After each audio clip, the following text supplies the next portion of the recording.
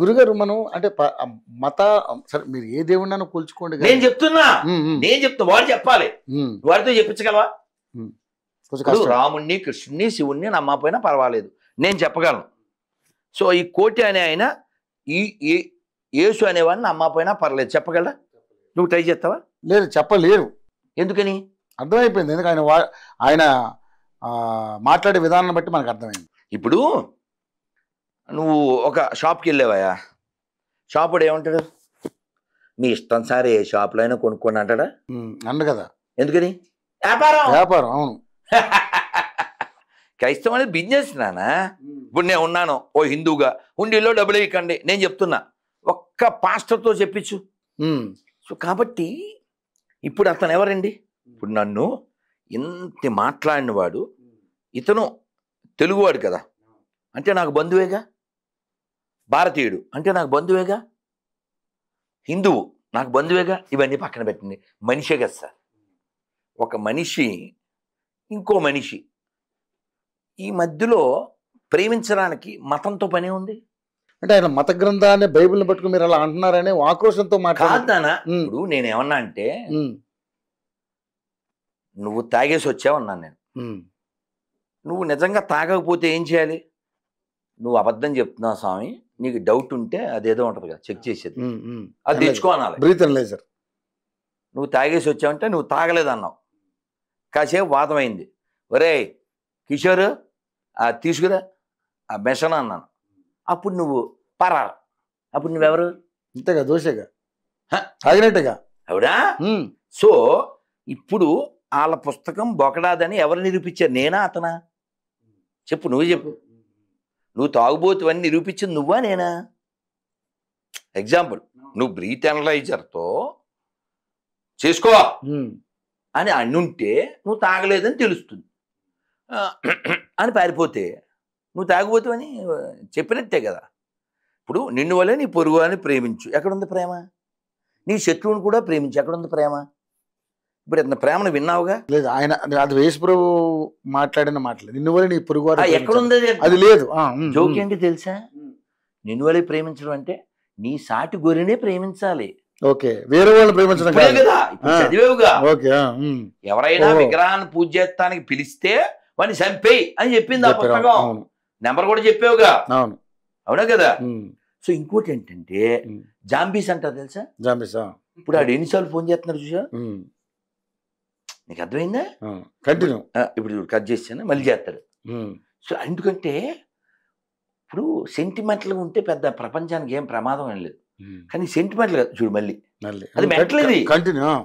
ఒక అదే జాంబీ తెలుసుగా. జాంబీస్ అంటే తెలుసుగా. ఇప్పుడు ఒక ఆవిడ ఉంటుంది, వాడే నా మగుడు వీడే నా మగుడు అని పాడద్ది. చచ్చిపోతున్నాడు చవాడు మరి కిషోర్. ఒక గొర్రె తప్ప అందరూ ఆనందంగా ఉన్నారు ఇక్కడ. సో ఇప్పుడు వాడిని మొగుడు అంది, ఓకే సరే వదిలేద్దాం. ఒక 2-3 నెలల తర్వాత బిడ్డ బిడ్డ బిడ్డ మా ఊరు ఎర్రగడ్డ. ఏంట్రా వాడు మొగుడు ఎలా బిడ్డ అయ్యాడు? ఇంకో జోక్ ఏంటంటే నీకు అర్థమయ్యేలా చెప్తాను. ఏదో జరుగుతుంది ఏదో పట్టుకెళ్ళేవాడు, సంథింగ్ మిస్సింగ్, నాకు అర్థమే కాలేదు అంటాడు జీవ. ఏముంది ఇందులో? బేదరు ఇసుక. వాడు రిటైర్ అయిపోయిండ్రా, నిన్నేమన్నా ఇప్పుడు చెప్పరా అంటాడు. ఆడేం చెప్తాడు? ఓసారి కంటికి కొండ మీద వచ్చా, ఓసారి వండ మీద వచ్చా, ఒకసారి ఒక్కసారి లైసెన్స్ అడిగారా, బుక్ అడిగారా, ఇందులో ఏముంది అని వాడిని తిడతాడు. సో అలాగా ఏదో జరుగుతుంది. ఇప్పుడు మీ దేవుడు ఎవరు? ఎక్స్. వాడిని ఎవరు పుట్టించారు? వై. వీళ్ళిద్దరికి మధ్యలో ఎవడున్నాడు? జెడ్. X Y Z. ఇప్పుడు ఎవరిని పుట్టించినట్టు? ఇప్పుడు మీ దేవుడు ఎవరికి పుట్టాడు? ఒక ఆవిడికి పుట్టాడు. ఆవిడికి వీడిని ఎవరు పుట్టించారు? ఇంకోటి ఎవడు పుట్టించాడు. ఇప్పుడు మీ దేవుడు ఎవరు? పుట్టించున్నాడా పుట్టినోడా? మీ దేవుడు ఒకడా ఇద్దరా? కాదు, ముగ్గురు. ముగ్గురిని మిక్సీలో వేసామంటారు. నీకు అర్థమైందా? ఇప్పుడు మీరు ముగ్గురిని అవునవును అర్థమైంది. రీమిక్స్ చేసి ఏదో చేశారు, మేము కాదనం. ఇప్పుడు నేను ఇంత మట్టి ముద్ద శివలింగం చేసి పూజ చేస్తా, నీకేంటి ప్రాబ్లం? అవును, ఎవరిష్టం. నువ్వు నరకానికి వెళ్తావని చెప్పడానికి నువ్వెవడోరా? ఏదో ముష్టి పెల్చకుంటది పేపర్ తెలుసుగా, ఎక్కడ పడతారు తెలుసు. ఒక ఆవిడ చెప్పింది, సింగరు, నేను బాత్రూంలో చదువుతానని చెప్పింది. వాటర్ అయిపోతే పనికొస్తుందిగా కదా. సో కాబట్టి ఇలాంటి దరిద్రుల్ని తయారు చేసే దరిద్ర పుస్తకం మనకెందుకు? అది ఏదో ఎదిగేది ఉంటే చెప్పు. సో మరి నిజంగా అదే వాళ్ళు మన భగవద్గీతను అదే విధంగా అంటే కుదరదుగా, నిరూపించాలిగా. నువ్వు 7 అడుగులు అన్నావు, నిరూపించు, దాని మీద నుంచో. అప్పుడు 7 ఏంటి 11 అవుతావు కదా. అలా కుదరదు. ఇప్పుడు హిందువుల్ని కామెడీ చేయడానికి ఎవరికి కుదరదు.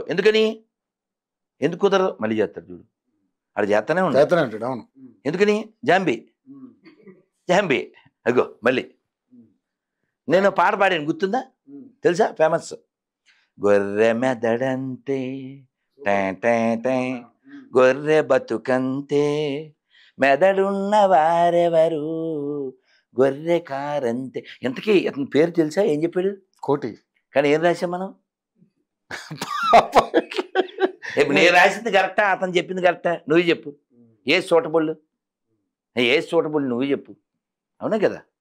సో కాబట్టి ఇప్పుడు నేను ఉన్నాను నాన్న, నువ్వు ఉన్నావు, శివ ఉన్నాడు, మా రెడ్డి ఉన్నాడు, మా కిషోర్ ఉన్నాడు, నితీష్ ఉన్నాడు. నేను నమ్మే రాముని, కృష్ణుని, శివుణ్ణి ఇతరులు పూజ చేయకపోయినా పర్లేదు, వాళ్ళ ఇష్టం. మనం చెప్పామా? అందరం చెప్తాం కదా, మనకి అభ్యంతరం లేదు. అందులో మన ఏ కొలవకపోయినా పర్లేదు, చెప్పగలరా? అడుగుదాం.